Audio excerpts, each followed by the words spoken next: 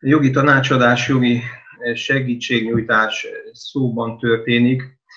Ezt a jogi tanácsadást már korábbi években elkezdte a Józsefvárosi Önkormányzat, és nagyon hasznosnak és nagyon célszerűnek láttuk és ítéltük meg, és a vészhelyzettel kapcsolatosan ez a személyes kapcsolat, amely a polgármesteri hivatalon belül történik, bejönnek megadott időpontra, egyeztetett időpontra azok, akik igénybe kívánják venni, és ott személyesen történik, átadják az iratokat, kérdéseket tesznek fel, és én válaszolok, illetve megoldási javaslatot teszek különböző jogi problémákra. Most ugye a veszélyhelyzettel, amelyet március 11-én kihirdetett a kormány, megváltozott ez, megszűnt a személyes kapcsolattartás, és polgármester úrral egyeztetve úgy gondoltuk, hogy tovább kell folytatnunk, mert nagy az igény, különösen ilyen kiszolgáltatott helyzetben, hogy az emberek el tudjanak igazodni az egyébként is gyorsan változó jogszabályoknak,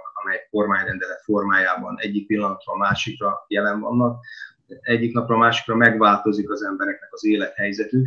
Személyes tanácsadásból telefonos, online, és most már hozzá kell tennem, az utóbbi napokban lelki tanácsadás is folyik, mert rossz az embereknek, a lakosságnak a morális, lelki állapota is, túl azon, hogy szükségük van a jogi kapaszkodóra, a jogszabályok ismeretére, a maguk munkájukkal kapcsolatosan. Úgyhogy a józsefvárosi lakosok fölhívják azt a zöld számot, amit azt hiszem most látnak is, bejelentkeznek időpontra, és megkapom ezt a listát, ezt a névsort, amelyen a nevük szerepel, a telefonjuk is, az e-mail címük, és visszahívom ezeket az embereket, és megkezdődik gyakorlatilag a közvetett jogi tanácsadás szerdán 1 órától egész este 6 óráig. Tehát alapvetően azt kell leszögeznünk, hogy ezek a jogi tanácsadások a felek részéről, a megkeresők részéről teljesen ingyenes, tehát nem kerül nekik pénzben.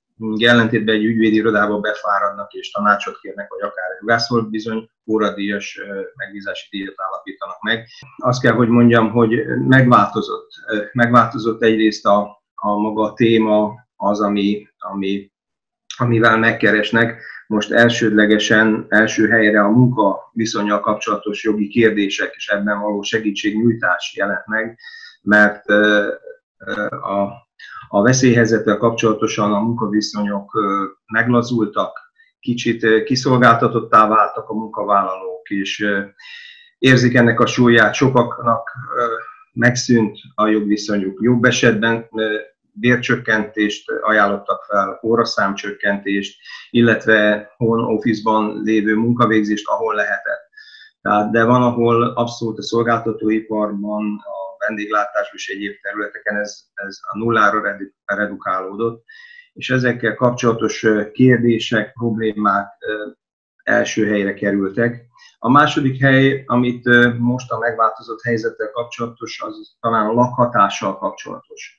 Nagyon sokaknak érinti, hogy a albérletben lévők a munkájuk elvesztésével kifizetni az albérleti díjat, a végrehajtásokkal, a lakáskiürítésekkel kapcsolatosan. Vagy volt olyan jelentkező, aki egy egészségügyi intézményben dolgozik ápolóként, és 2 gyermekkel az egyik albérleti jogviszonya megszüntették, és keresett egy másikat, ahol kiderült, hogy milyen munkát végez, és ennek következtében nem kötöttek szerződést vele, mert veszélyforrást jelent, többletveszélyforrást jelent a lakók közösségben, a társasházi közösségben. Tehát ezek nem csak jogi problémák, hanem emberi, lelki, kapcsolati, együttműködési problémák, de ezek most hatványozottan jelentkeznek. Jelentkeznek az egészségüggyel kapcsolatos problémák, főleg az idősek, ugye, akik ki vannak téve ennek a veszélyhelyzetnek, hogy mit évők legyenek, és azoknak a hozzátartozóik, akiket most bocsájtottak el a kórházakból, hogy felszabadítsák az ágyakat, és tehát ezekkel is fölmerültek kérdések, amely ugye ez orvos szakmai kérdések, hogy hova fordulhatnak abban az esetben, hogy ők továbbra is igénybe szeretnék venni.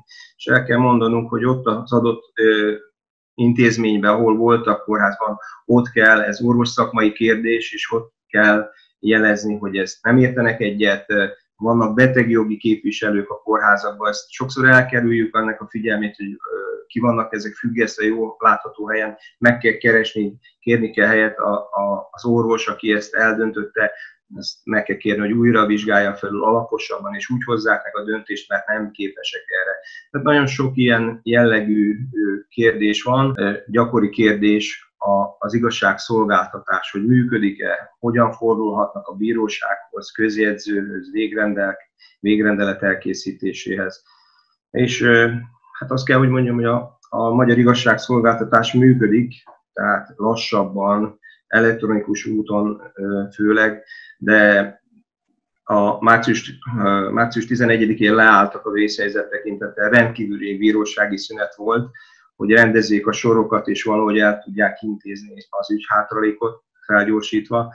De azt kell, hogy mondjam, hogy nagyon nehézkesen működik, mert nemrég vezették be az új polgári törvénykönyvet, az új polgári perrendtartást, a büntetőjogtörvényt, tehát maguk a bírók is még mélyülnek, tapasztalják ennek a munkának a fel, és erre jön az, hogy még a bírósági szervezetet is részben átalakították, lásd a munkaügyi bíróságot, még március 31-ig fővárosi közigazgatási és munkaügyi bíróságok működtek, április 1-től már a fővárosi törvényszékhez kerültek át ezekkel kapcsolatos jogvitáknak az elrendezése, mint fővárosi törvényszék, mint munkaügyi bíróság.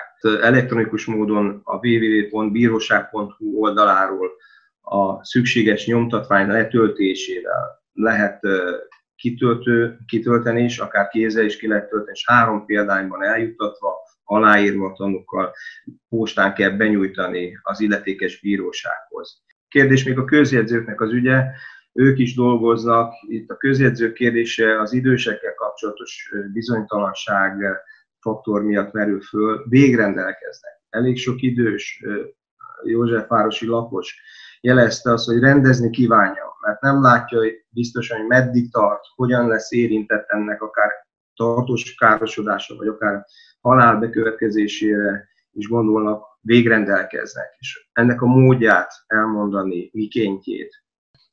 A húsvét ünnepek alatt egy picit csendesedett ez az igény, mert nyilván az ünnep és a család összetartás elvitte ezt a figyelmet. De ahogy ez elmúlt, megint felerősödött, azt megelőzően is. Tehát hullámzik, de nagy az igény. Tehát, korábban is 1-2 hét volt, mire tudtam fogadni őket, annyira nagy volt az igény, meg most is nagy az igény. Most egy kicsit bővült az online tér használatával, mert e-mailben is megkeresnek, és már fiatalabbak is, tehát olyanok is, akik jobban el tudnak az írásban rejtőzni is. Hát a családi erőszak kérdés, ez sajnos jelen van. Sokszor van a tettlegességig fajuló erőszak, olyan feszültséget okoz, hogy lakást adnak ki, és közben a kiköltözéssel, mert ugye a végrehajtást nem tudják foganatosítani.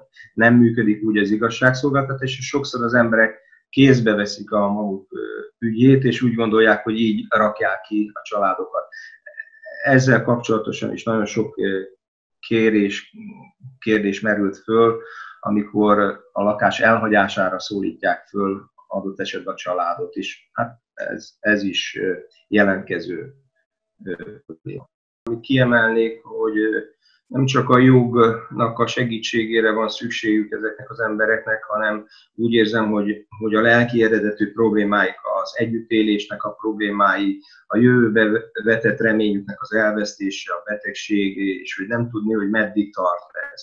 Hát ha az ember határozottan ad egy tájékoztatást, mind a jogi részéről, mind pedig az emberi részéről, akár bátorító szavakban, reménykeltően biztonságot nyújt ez az embereknek, és kitartásra buzdítom, mert egyszer vége lesz. Tehát mikor azt pontosan nem tudjuk, de vége lesz, és visszarendeződnek majd a dolgok.